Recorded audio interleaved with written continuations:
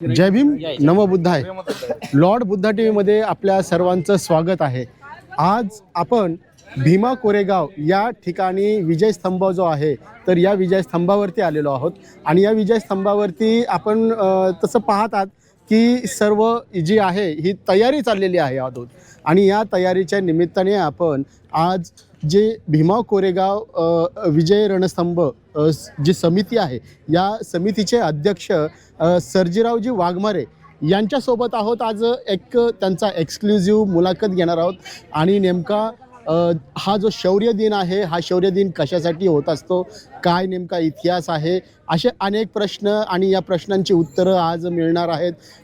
जय भीम. आज आपण या भीमा कोरेगाववरती अनेक वर्ष या समितीच्या द्वारे या नियोजनामध्ये असतात, याचं नियोजन करत असतात आणि संपूर्ण भारतातून या ठिकाणी लोक मानवंदना देण्यासाठी येतात, सलामी देण्यासाठी येतात. खरं पाहायला गेलं तर जो भीमा कोरेगावचा इतिहास आहे हा लोकांपर्यंत फार कमी लोकांपर्यंत पोहोचलेला आहे. काय आहे नेमका या विजयस्तंभाचा इतिहास आहे, काय नेमका कशासाठी हा विजयस्तंभ उभारला गेलेला आहे, काय सांगताल या संदर्भामध्ये? आपल्याकडे ब्रिटिश सरकार ज्यांनी 150 वर्ष आपल्या भारतावर राज्य केलं, या ब्रिटिशांचं आणि पेशव्यांचं युद्ध हा इतिहासापाठीमागचा प्रमुख भाग आहे. आपण ज्या भूमीवर उभे आहोत या भूमीवर ब्रिटिश आणि पेशवाई असं युद्ध झालं होतं. आपण जिथे आत्ता या उभे आहोत या बाजूने पेशवे लढत होते आणि पाठीमागे आपल्या स्तंभाच्या मागील बाजूस जी नदी आहे भीमा नदी, आणि भीमा नदीच्या पाठीमागे कोरेगाव नाव आहे, कोरेगाव आहे. ते नदीवरून त्याला कोरेगाव भीमा बोललं जातं, आपण त्याला भीमा कोरेगाव असं संबोधतो. तिकडनं पेशवे आणि तिकडनं ब्रिटिश आणि इकडनं पेशवे असंही युद्ध झालं होतं. परंतु हे युद्ध होत असताना या युद्धामध्ये शरणागती झालेले जे काही मृत्युमुखी पडलेले जे महार सैनिक आहेत मोठ्या प्रमाणे, या महार सैनिकांचा विषय असा आहे की या महार सैनिकांचा जो मुख्य प्रमुख होता हा सिद्धनाग होता आणि सिद्धनाग आणि पेशवे हे पूर्वी एकत्रच लढाया करायचे किंवा एकत्रच होते. परंतु पेशव्यांकडून वारंवार आपल्या पूर्वजांना जी काही वागणूक दिली गेली, म्हणजेच जे पूर्वी आपल्या गळ्यामध्ये मडकं असायचं, पाठीला झाडू असायचा, या गोष्टीचा आपल्या लोकांना खूप संतापजनक आपल्या लोकांना संताप झाला होता. तरी देखील आपली लोक नाईलाज असतो पेशव्यांच्या बाजूने लढायचे किंवा थांबायचे. परंतु त्यांना अशी एक संधी उपलब्ध झाली की ब्रिटिशांबरोबर युद्ध असल्या कारणामुळे आणि ब्रिटिश ह्या भागामध्ये नौखे असल्या कारणामुळे जो ब्रिटिश सैन्याचा जो कॅप्टन होता, कॅप्टन स्टॉटन नावाचा, त्याला ह्या भागातली कुठली माहिती नव्हती. आणि इतिहास असं सांगतो की ज्या भागात युद्ध करायचे किंवा युद्ध होणार आहे त्या भागाची पार्श्वभूमी, त्या भागाचे जे काही खास खुणा असतील, ह्या सगळ्या गोष्टीची माहिती ही सैनिकांना असणं खूप गरजेचं आहे. आणि मग स्टॉटनला कुठली माहिती नसल्यामुळं त्यांनी आपल्या लोकांना या ठिकाणी हाक दिली. परंतु आपली लोक तरी देखील प्रामाणिक होती. सिद्धनाग हा लीडर असल्यामुळे तो प्रामाणिक होता, त्याचे सर्व सैन्य प्रामाणिक होतं. त्यांनी पेशव्यांकडे जाऊन अशी विनंती केली की बाबा आम्ही तुम्हाला ह्या युद्धामध्ये साथ द्यायला तयार आहोत, परंतु आम्हाला जो काही मान सन्मान मिळतोय, आमचा मान सन्मान हा आपल्याकडे कायम राहिला पाहिजे, चांगल्या परिस्थितीत राहिला पाहिजे, आमच्या लोकांच्या हालापेष्टा या संपल्या पाहिजे. परंतु दुसरा बाजीराव पेशवा इतका मुजोर होता की त्याला एवढा अहंकार भरला होता त्याच्या शरीरामध्ये की तो म्हटला की तुम्ही ज्या ठिकाणी आहात, म्हणजे तुम्ही ज्या ठिकाणी आमच्या पायापाशी आहात त्या पायापाशीच तुमचं स्थान असेल, तुम्ही आमच्याबरोबर युद्धात सहभागी झाला काय किंवा नाही झाला काय, म्हणजे एवढा अहंकार त्याच्यामध्ये भरला होता. त्यावेळेस आपली काही लोक एकत्र येऊन मग सिद्धनाग यांनी एक असा निर्णय घेतला, सिद्धनाग महाराजांनी, की आपण आता ब्रिटिशांना साथ द्यायची. मग कॅप्टन स्टॉटनशी हातमिळवणी किंवा बोलणी झाल्यानंतर कॅप्टन स्टॉटन म्हणजे ब्रिटिशांच्या बाजूने आपले सैन्य लढले. आणि विशेष म्हणजे आपल्याला सांगायला आनंद होतो की अवघ्या 834 सैनिकांनी 28,000 पेशव्यांचा या ठिकाणी पाडाव केलेला आहे. पाडाव केला म्हणजे काय, तर त्यांचे प्रमुख सूत्रधार मारल्यानंतर बाकीचे सैन्य हे पळून गेले आणि अशा प्रकारे पेशव्यांचे हार झालेले.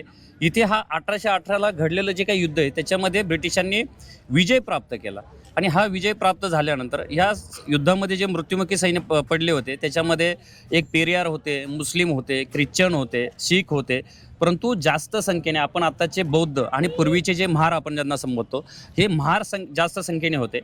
आणि मग ब्रिटिशांनी 1818ला युद्ध झालं, परंतु 1822ला पाठीमागे जो स्तंभ उभा आहे हा स्तंभ म्हणजे त्याचं बांधकाम पूर्ण केलं. आणि 1822 नंतर डॉक्टर बाबासाहेब आंबेडकर हा स्तंभ असाच उभा राहिला. ह्या स्तंभावर प्रत्येक ठिकाणी सैनिकांचं नाव आहेत, हा स्तंभ कशा पद्धतीने उभा राहिला, कुठल्या साली उभा राहिला, हा सर्व इतिहास या सफेद पाटीवर लिहिलेला आहे.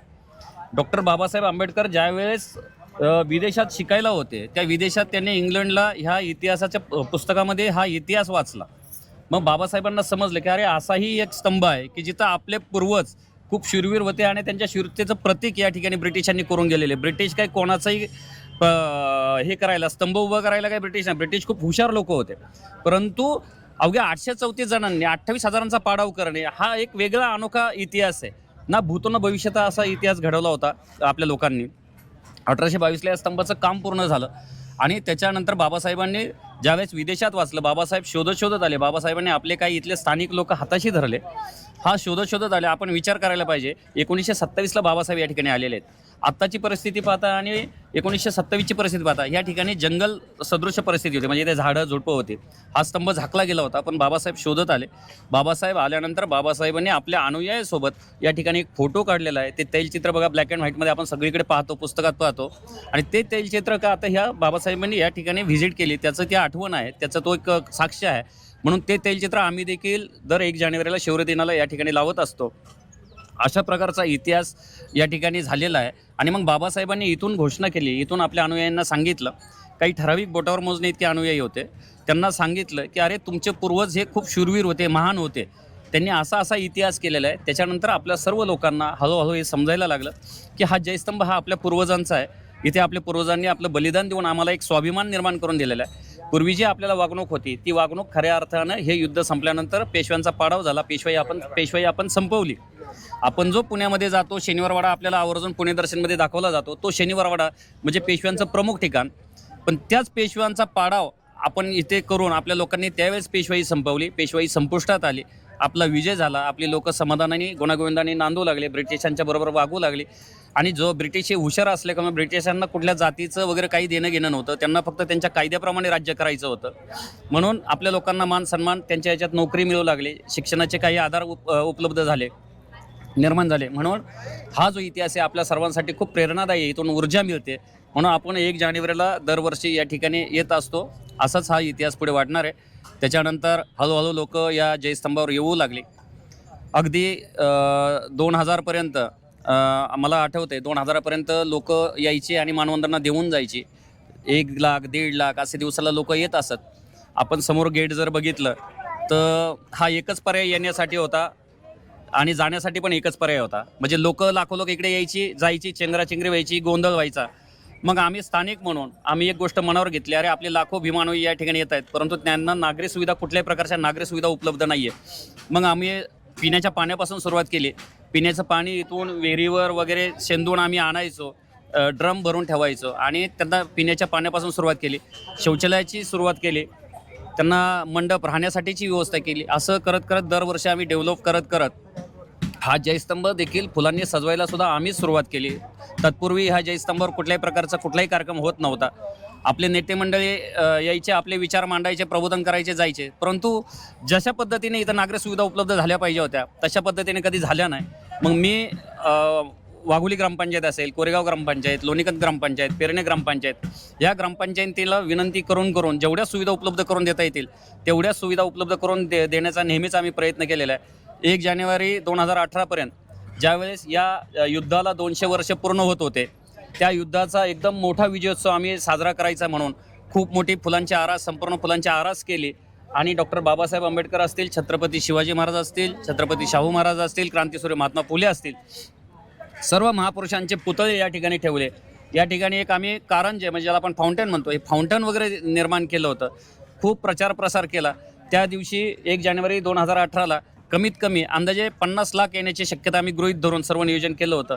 परंतु आपल्या सर्वांना माहीत आहे की या मागील बाजूस कोरेगावला जातीय तणाव निर्माण झाला. काही समाजकंटकांनी कार्यक्रमाच्या ठिकाणी येऊन गोंधळ करण्याचा प्रयत्न केला. गोंधळ जरी ह्या ठिकाणी झाला नसला, मागील बाजू झाला असला, परंतु ह्याच्यानंतर तणावानंतर मात्र हा आपला जयस्तंभ जगभर पसरला. जे आपण सर्वच जण मिळून प्रयत्न करत होतो, परंतु ते कुठेतरी तुटपुंज पडले. पण त्यांनी जे घटना घडवून आणली ती आपल्याला सर्वांच्या फायद्याची झाली. हा जयस्तंभ संपूर्ण जगभर प्रसारित झाला किंवा ह्याची संपूर्ण महिमा ही जगभर पसरली गेली. आप देख रहे हैं लॉर्ड बुद्धा टीवी।